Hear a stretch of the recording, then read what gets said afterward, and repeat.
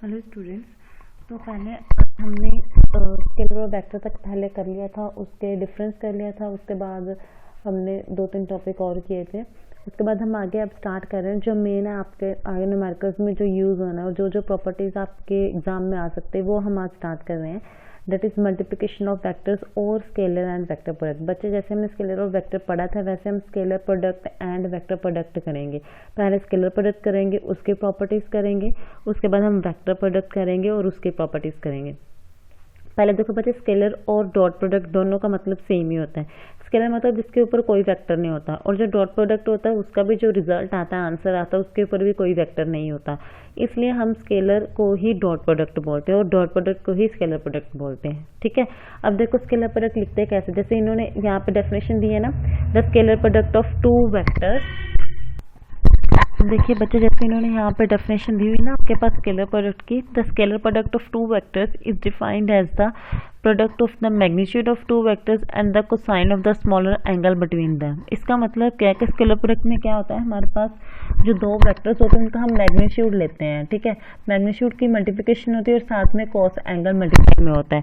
देखो इसका मतलब क्या है, जैसे स्केलर प्रोडक्ट और डॉट प्रोडक्ट है, मतलब यहाँ पे हमारे पास क्या होगा, डॉट प्रोडक्ट होगा। डॉट प्रोडक्ट का मतलब क्या है कि दो वेक्टर्स के बीच में हम क्या लगाएंगे, डॉट लगाएंगे।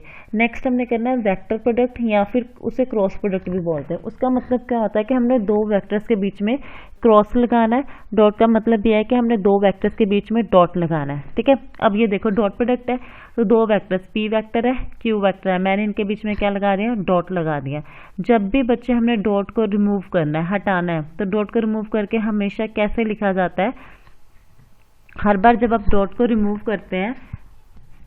ओके स्टूडेंट्स, सो नेक्स्ट है हमारे पास P dot Q is equal to क्या है, पी डॉट क्यू। ये वेक्टर था ना आपके पास। ठीक है, तो जब भी हमने इसे कन्वर्ट करना है, ये डॉट प्रोडक्ट है, पहले तो हमने ये क्या करना है, डॉट को रिमूव कर देना है। डॉट को रिमूव करके आपके पास क्या आएगा, कॉस थीटा आएगा, और जो पी वेक्टर क्यू वेक्टर वो पी और क्यू में कन्वर्ट हो जाएंगे। इसके ऊपर वेक्टर डाला, ये गलत है बच्चे, यहाँ पे वेक्टर नहीं आना। ठीक है, यहाँ पे ये वाला वेक्टर नहीं आना। जब भी आप डॉट प्रोडक्ट को रिमूव करते हैं ना, तो ये वेक्टर भी खत्म हो जाता है और यहाँ पे कॉस थीटा आ जाता है। ठीक है, तो ये जो ऊपर वेक्टर यहाँ पे लगा हुआ है ना, ये मिस प्रिंटिंग है, ये नहीं आना यहाँ पे। जैसे यहाँ पे इन्होंने लिखा ना P dot Q is equal to P Q cos theta आ गया, इसके ऊपर वेक्टर नहीं डाला, वेक्टर नहीं आता यहाँ पे। जब भी हम डॉट प्रोडक्ट को रिमूव करते हैं तो हमारे पास कॉस थीटा आता है, साथ में P Q as it is आता है बिना वेक्टर के। मतलब वो किस में कन्वर्ट हो जाता है, स्केलर में कन्वर्ट हो जाता है। इसलिए हम इसे स्केलर प्रोडक्ट बोलते हैं, क्योंकि यहाँ पे कोई वेक्टर नहीं है ना, तो स्केलर में कन्वर्ट हो गया। अब इसमें 3 स्पेशल केसेस होते हैं, वो किस पे डिपेंड करेंगे, हमारे पास थीटा पे डिपेंड करेंगे। थीटा देखो यहाँ पे कितना है आपके पास, थीटा हमारे पास क्या क्या हो सकता है, ये भी हो सकता है कि जो ये दो वेक्टर हैं पी और क्यू, ये दो वेक्टर एक दूसरे के पैरेलल हो। अगर वो पैरेलल होंगे तो एंगल कितना होगा, 0 डिग्री होगा उनके बीच में। अगर एंटी पैरेलल होंगे तो 180 डिग्री होगा, अगर परपेंडिकुलर होंगे तो 90 डिग्री होगा। तो हर बार जब भी हमने स्पेशल केसेस करने तो थीटा हम 3 लेके चलते हैं, 0 डिग्री, 90 डिग्री, 180 डिग्री। क्लियर है, तो ये देखिए स्पेशल केसेस में जब थीटा 0 डिग्री होगा, कॉस 0 डिग्री। तो बच्चे ये ट्रिग्नोमेट्री आपने मैथ्स में किया होगा, कॉस 0 डिग्री किसके इक्वल होता है, 1 के इक्वल होता है। तो मतलब पी क्यू इंटू 1 क्या आ जाएगा, पी क्यू आ जाएगा। इसका मतलब जब भी दो वेक्टर्स एक दूसरे के पैरेलल होंगे उस टाइम वो किसके इक्वल होंगे, अपने मैग्नीट्यूड के ही इक्वल होंगे, अपने मैग्नीट्यूड की मल्टीप्लिकेशन के इक्वल होंगे। ठीक है, ऐसे ही हमारे पास जब थीटा 90 डिग्री होगा, कॉस 90 0 होता है, तो पी क्यू इंटू 0 क्या हो जाएगा, 0 हो जाएगा। जब थीटा 180 होगा, यहाँ पे नहीं दिया वो मैं आपको बता रही हूँ, जब थीटा 180 होगा कॉस 180 आ जाएगा, कॉस 180 -1 होता है, तो पी डॉट क्यू वेक्टर आपके पास किसके इक्वल हो जाएगा, माइनस पी क्यू के इक्वल हो जाएगा। तो ये आपके पास 3 आपके पास स्पेशल केसेस होते हैं जहाँ पे थीटा की वैल्यू एक में 0 लेते हैं, 90 लेते हैं, 180 लेते हैं। 0 का मतलब दो vectors parallel to each other है, 90 का मतलब they are perpendicular to each other, 180 का मतलब है they are anti parallel to each other. ठीक है, ये तो हमारा बेसिक था। अब देखो बच्चे, जब हम यूनिट वेक्टर की बात करते हैं, यूनिट वेक्टर जब भी आपके पास डॉट प्रोडक्ट होता है, डॉट प्रोडक्ट में क्या होता है कि जो यूनिट वेक्टर हमने 3 किए हैं ना, एक्स एक्सिस के long I cap, Y axis के long J cap, Z axis के लॉन्ग के कैप, ये हमने 3 किए हैं। तो जब आपके पास डॉट प्रोडक्ट सेम के बीच में होगा, जैसे I dot I, J dot J, के डॉट के, ये हमेशा आपके पास किसके इक्वल होगा, 1 के इक्वल होगा।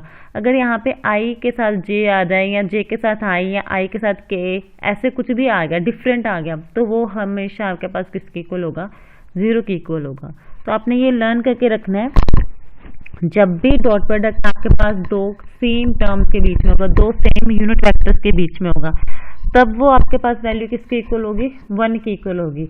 अगर यूनिट वेक्टर वही आपके पास दो डिफरेंट के साथ होगा तो आपके पास वो वैल्यू कितनी होगी, 0 होगी। ठीक है, जैसे I dot I, J dot J, के डॉट के, ये 1 के इक्वल होगा।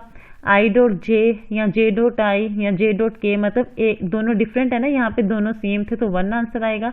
अगर दोनों डिफरेंट है तो आपके पास आंसर क्या आएगा, डॉट प्रोडक्ट का यूनिट वेक्टर्स का 0। ठीक है, ये हमारा बेसिक था स्केलर प्रोडक्ट, या हम बोल सकते हैं डॉट प्रोडक्ट होता क्या है, उसमें स्पेशल केसेस क्या है, और यूनिट वेक्टर में अगर डॉट प्रोडक्ट होगा तो सेम यूनिट वेक्टर में डॉट प्रोडक्ट 1 के इक्वल होता है, डिफरेंट में वो डॉट प्रोडक्ट आपके पास 0 के इक्वल होता है। जनरल हमने डेफिनेशन की और उसके बाद केसेस किए। अब हमारे पास है प्रॉपर्टीज, हमने प्रॉपर्टीज देखनी है, स्केलर प्रोडक्ट बोल सकते हैं या डॉट प्रोडक्ट बोल सकते हैं। प्रॉपर्टीज क्या है इसकी, ठीक है, जो बच्चे ये प्रॉपर्टीज है ना, ये कई बार 2 नंबर में आ जाती है, diagram the 2 properties of scalar product, ऐसे भी आ जाता है, या सिंपल बोल देते हैं what is the commutative law in dot product या क्रॉस प्रोडक्ट, है ना। कम्यूटेटिव लॉ क्या होता है, वो भी इसकी एक प्रॉपर्टी है, तो वो आपने लिखनी होती है। ठीक है, तो प्रॉपर्टीज बहुत इंपॉर्टेंट है, ये न्यूमेरिकल्स में भी यूज होती है, ये आपको 1 या 2 मार्क्स में भी आ जाती है। आगे देखिए आपके पास है कम्यूटेटिव लॉ। फर्स्ट की प्रॉपर्टी है, डॉट प्रोडक्ट जो होता है वो हर बार मतलब हमेशा आपके पास ओबे करता है, ओबे मतलब फॉलो करता है, मतलब उसके साथ है। डॉट प्रोडक्ट जो है आपके पास ओबे करता है कम्यूटेटिव लॉ। कम्यूटेटिव लॉ होता है क्या बच्चे, कम्यूटेटिव लॉ का मतलब है कि अगर हम 1 into 2 करें तब भी 2 आएगा, अगर 2 into 1 करें तब भी 2 आएगा, उससे कोई फर्क नहीं पड़ता कि 1 आ गया है या 2 आ गया है, उससे हम कम्यूटेटिव लॉ बोलते हैं। इसका मतलब चाहे आप P डॉट Q लिखो या Q डॉट P लिखो, उससे कोई फर्क नहीं पड़ता, दोनों आपके पास क्या होंगे, इक्वल ही होंगे, इसे हम बोलते हैं कम्यूटेटिव लॉ। और जो डॉट प्रोडक्ट है वो आपके पास कम्यूटेटिव लॉ फॉलो करता है। कई बार बच्चे ये ट्रू फॉल्स में भी आ जाता है कि आपको बोलते हैं कि ये ट्रू है या फॉल्स है, dot product obeys commutative law. हमें पता है डॉट प्रोडक्ट ओबे करता है कम्यूटेटिव लॉ, तो इसका आंसर क्या आएगा, ट्रू आएगा। तो ऐसे ये वाली जो पॉइंट्स है ना, प्रॉपर्टीज है, ये ट्रू फॉल्स में भी आ सकते हैं। आपको एक बार आया भी है ये वाला क्वेश्चन कम्यूटेटिव लॉ वाला, ठीक है, तो आप इसे अच्छे से समझ लो। ये लर्न नहीं करनी है आपने, सिर्फ आपने समझना है, क्योंकि ये 1 मार्क में आ सकता है आपको क्वेश्चन कि जो डॉट प्रोडक्ट है वो कम्यूटेटिव लॉ फॉलो करता है, 1 into 2 2 into 1 के इक्वल होता है। वैसे ही डॉट प्रोडक्ट में P dot Q is equal to क्या होता है, Q डॉट P होता है। फर्स्ट हमारी प्रॉपर्टी ये थी।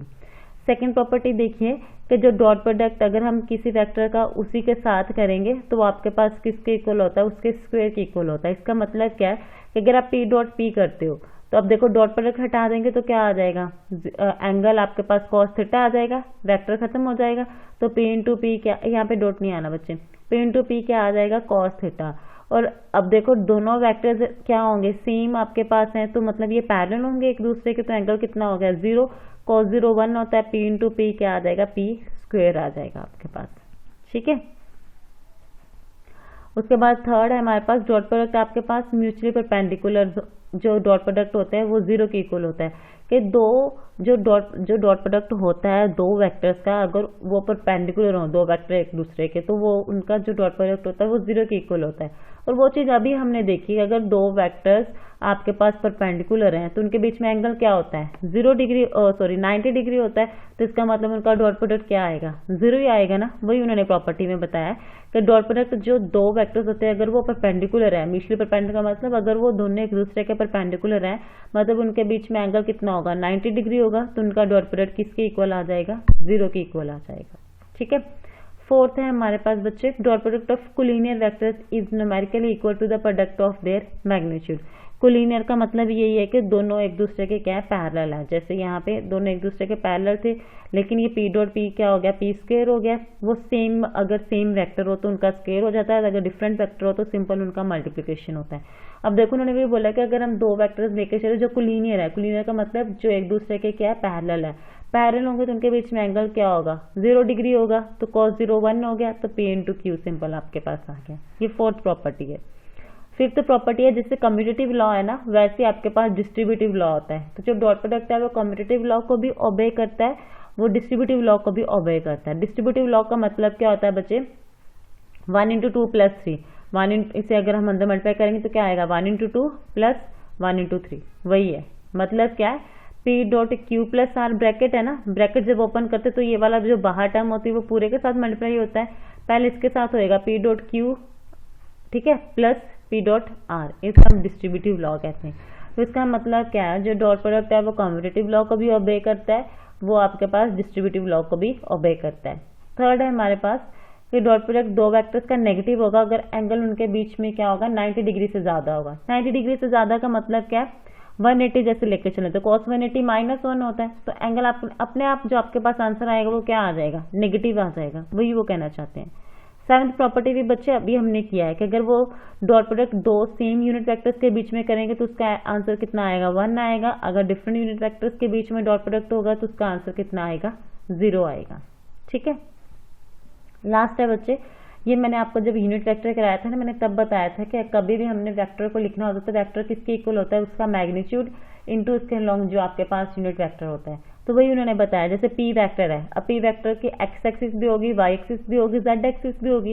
एक्स के लॉन्ग मान लो कि जो पी का वैल्यू है, मैग्नीट्यूड है, वो पी एक्स हो गया, वाई के लॉन्ग पी वाई हो गया, जेड के लॉन्ग पी जेड हो गया। ठीक है, तो पी एक्स, एक्स के लॉन्ग आपके पास यूनिट वेक्टर क्या होता है, आई कैप, तो यहाँ पे क्या आ गया, P x into I cap.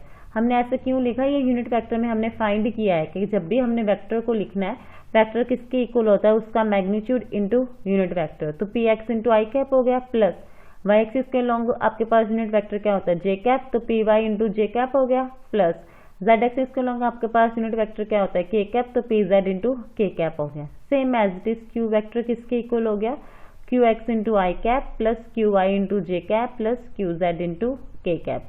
अगर हम इन दोनों का डॉट प्रोडक्ट करते हैं, ये मैं आपको उसमें बताऊंगी न्यूमेरिकल्स में। ठीक है, तो ये हमारे पास 8 प्रॉपर्टीज हो गई डॉट प्रोडक्ट की। इसमें कोई भी डाउट हो तो बच्चे आप पूछ सकते हैं। डॉट प्रोडक्ट की 8 प्रॉपर्टी हो गई। ऐसे इसके बाद हम वेक्टर प्रोडक्ट करेंगे, यहाँ हम उसे बोलते हैं क्रॉस प्रोडक्ट। जहाँ पे डॉट आता है वहाँ पे हम क्या करेंगे, क्रॉस लगा देंगे। तो उसके भी हम सारी प्रॉपर्टीज करेंगे, उसके बाद हम इनके न्यूमेरिकल स्टार्ट करेंगे। क्लियर है? यहाँ तक अगर कोई भी डाउट होगा तो बच्चे पूछ लेना। Okay, thank you.